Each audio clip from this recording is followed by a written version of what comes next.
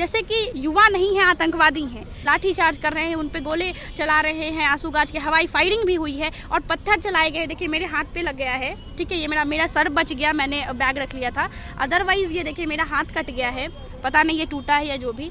हम आत्महत्या करने से ज़्यादा अच्छा समझेंगे कि हम सरकार से लड़के मरे, ठीक है, हमारी शहादत हो जाए, ठीक है, वो ज़्यादा वाजिब होगा कि हम जो है घर में अपने फांसी लगा ले और बेरोजगारी के दम से मर जाएं। उससे अच्छा है कि पुलिस की लाठियों से मरे, आंसू गैस से और हवाई फायरिंग जो ये कर रहे हैं फायरिंग से मरे। ट्विटर पे नंबर 1 पे मोदी रोजगार दो ट्रेंड रहा, इसके बावजूद जो मेन स्ट्रीम की मीडिया है वो इसको नहीं दिखाती है।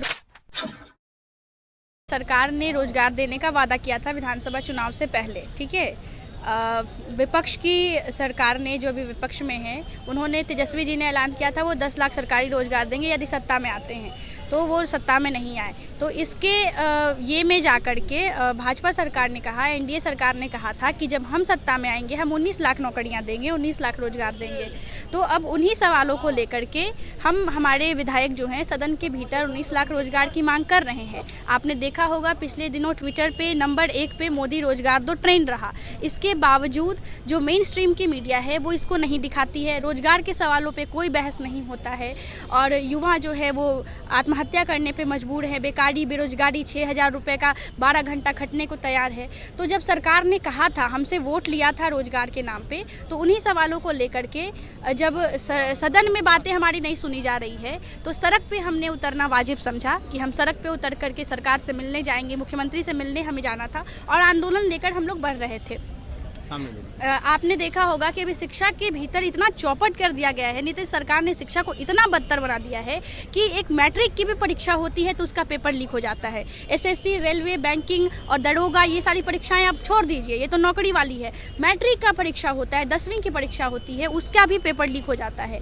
तो इन तमाम शिक्षा में भ्रष्टाचार के मुद्दे को लेकर के, 19 लाख रोजगार के मुद्दे को लेकर के और शिक्षकों के जो 94,000 पद जिसपे नियुक्तियाँ सिर्फ होनी बाकी है, परीक्षाएं हो गई हैं, रिजल्ट आ गया है, कोर्ट में उसको लंबित कर दिया गया है। इन तमाम सवालों के साथ हम आज जो है सड़क पे अपना आंदोलन लेकर बढ़ रहे थे कि हमें मुख्यमंत्री से मिलना है। लेकिन नीतीश कुमार की सरकार और उसका प्रशासन आज जो हमारा है, ये प्रशासन जनता की सेवा के लिए होता है, उसकी सुरक्षा के लिए होता है। लेकिन आज जो प्रशासन है वो जनता के अहित में, जनता पे लाठियां चलाने के लिए, आंसू गैस छोड़ने के लिए, गंदे नाले का पानी आप पे चलाने के लिए, जब आप आंदोलन में लेकर के आगे बढ़िएगा, जब आप अपने सवालों को, अधिकारों को लेकर के खड़े होइएगा, तो सरकार आप पे आंसू गैस के गोले दागेगी, गंदे नालों का पानी आप पे, जैसे कि युवा नहीं है, आतंकवादी हैं, ठीक है। युवा, भारत सबसे अधिक युवाओं वाला चाइना के बाद कहा जाता है देश, और आप जब अपने ही देश के, अपने ही राज्य के युवाओं के साथ ऐसी स्थिति कर रहे हैं तो फिर आप अपना देश के विकास का, राज्य के विकास का सपना किसके कंधों पे देखते हैं?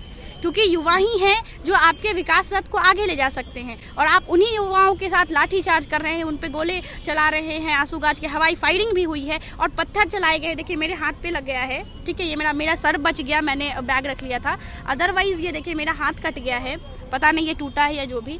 तो इस तरह की स्थिति अगर सरकार करती है तो ये निंदनीय है, शर्मनाक है, ठीक है, और हमें ऐसी सरकार नामंजूर है। एक बात, गांधी मैदान से आप लोग चले थे, पहले किसके तरफ से लाठीचार्ज किया गया? कैसे प्रशासन की तरफ से कहा जा रहा है कि आप लोगों की तरफ से पत्थरबाजी किया गया? आपने देखा होगा प्रशासन हमारे विधायकों पर लाठीचार्ज कर रही है, तो हम छात्र नौजवान क्या है भाई? पहली लाठी प्रशासन की तरफ से चलाई गई है। हमारे माननीय विधायक हैं मनोज मंजल जी अंगियाव से, संदीप सौरभ जी थे पालीगंज हमारे विधायक है, अजीत कुशवाहा जी हैं डुमराव से हमारे विधायक है, महबूब आलम जी थे, सुदामा प्रसाद थे, तमाम हमारे विधायक थे। जब आप विधानसभा के सदस्य पे लाठियाँ चला रहे हैं, जब आप अपने जो हमारे जनप्रतिनिधि हैं, हमारे विधायक हैं जिनको हमने चुन करके सदन में भेजा है, आप उन पे लाठियां चला रहे हैं, उन पे आंसू गैस चला रहे हैं, तो हम छात्र नौजवान तो कुछ है ही नहीं, आप तो हमारे साथ कुछ भी कर सकते हैं। हमारे कई साथियों को के साथ मतलब कि बहुत गंभीर उन्हें चोटें आई हैं। एक का आंसू गैस की फायरिंग से यहाँ पूरा लिप का ये सेक्शन कट गया है, ठीक है। कई साथी सिर में चोट लगने के कारण बेहोश हैं और बड़े बड़े पत्थर चलाए गए।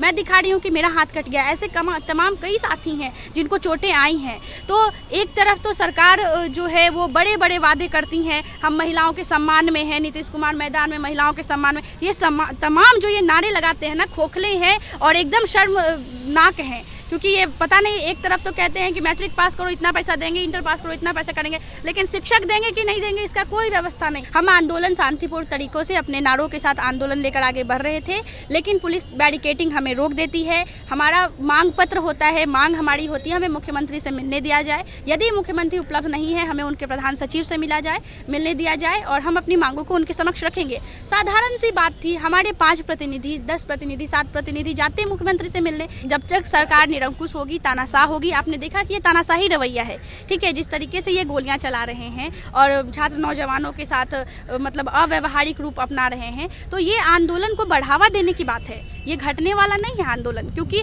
हम आत्महत्या करने से ज्यादा अच्छा समझेंगे कि हम सरकार से लड़के मरे, ठीक है, हमारी शहादत हो जाए, ठीक है, वो ज़्यादा वाजिब होगा कि हम जो है घर में अपने फांसी लगा ले और बेरोजगारी के दम से मर जाएं। उससे अच्छा है कि पुलिस की लाठियों से मरे, आंसू गैस से और हवाई फायरिंग जो ये कर रहे हैं फायरिंग से मरे, ज़्यादा बेहतर होगा।